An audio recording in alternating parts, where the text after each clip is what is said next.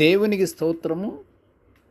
అనుదిన దేవుని వాక్య ధ్యానమనక ఈరోజు 2026 సంవత్సరము ఆగస్టు నెల 1 తారీఖు.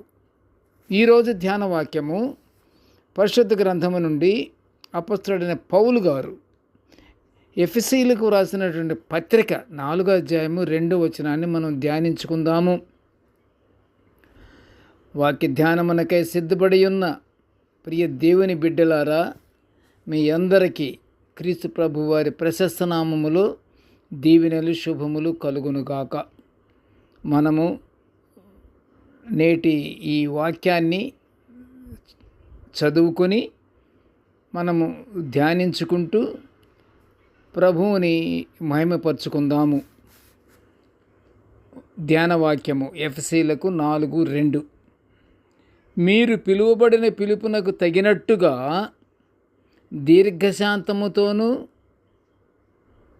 సంపూర్ణ వినయముతోనూ సాత్వికముతోనూ నడుచుకొనవలెను.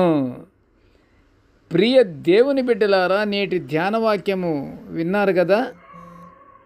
దేవుని ఆశీర్వాదము పొందుకుంటానికి మనుషులు దీర్ఘశాంతము, వినయము, సాత్వికము గలవారై ఉండాలి అని పౌలు గారు హితబోధ చేస్తున్నాడు. ఆ చేసినటువంటి హితబోధన మనము ధ్యానించుకుంటున్నాము. అంత మాత్రమే కాదు, మనుషులు నిరీక్షణ గలవారై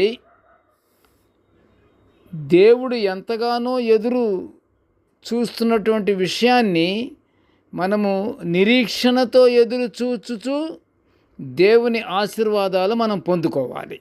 ప్రియ దేవుని బిడ్డలారా, మనము సమాధానము అను బంధము చేత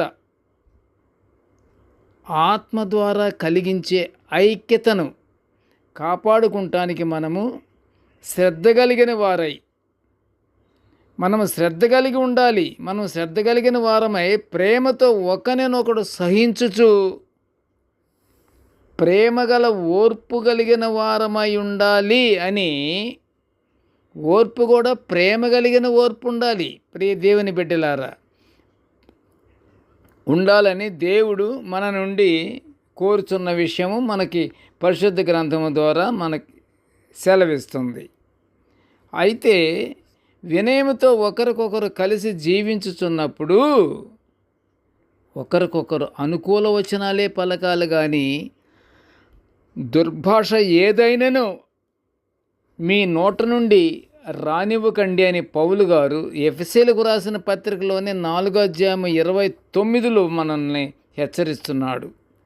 ప్రియ దేవుని బిడ్డలారా, దేవుని వరము వలన మనుషులు విశ్వాసము ద్వారాను మరియు కృపచేతను రక్షింపబడినట్లు పరిశుద్ధ గ్రంథము సెలవిస్తుంది. అవును కదా. మనుషులు ఎల్లప్పుడూ దీర్ఘశాంతము, సంపూర్ణ వినయము, సాత్వికము గలవారై దేవునికి నిత్యము స్తుతి స్తోత్రాలు చెల్లిస్తూ ఆయనకి ఇష్టమైనటువంటి రీతిలో మనము జీవించుచు మనము పరలోకాశీర్వాదాలు పొందుకుందాము. ప్రార్థన చేసుకుందాము. ప్రేమగల తండ్రి, కృపగల నాయన, నీకు స్తోత్రములు తండ్రి. అయ్యా, నీ యొక్క దివ్యమైన వాక్యాలను మేము నిత్యము ఇలా ధ్యానించుకుంటున్న ఈ గొప్ప భాగ్యాన్ని మాకు అనుగ్రహించినందుకు నీకు ఘనమైన స్తోత్రములు తండ్రి.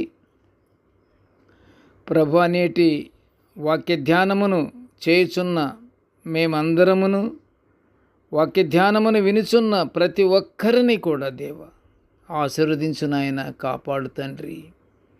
ప్రభు, మేము ఎల్లప్పుడూ తండ్రి దీర్ఘశాంతముతో, వినయము కలిగిన మనస్సు కలిగిన వారమై సాత్వికంతో నడుచుకుంటూ ఒకరికొకరు ప్రేమ కలిగిన వారమై జీవించుచు నిన్ను మహిమపరుచుకునే భాగ్యాన్ని మాకు అనుగ్రహించమని ఈ మనవులన్నీ యేసయ్య పుణ్యనామమున వినయముగా వేడుకొనుచుంటున్నాము తండ్రి.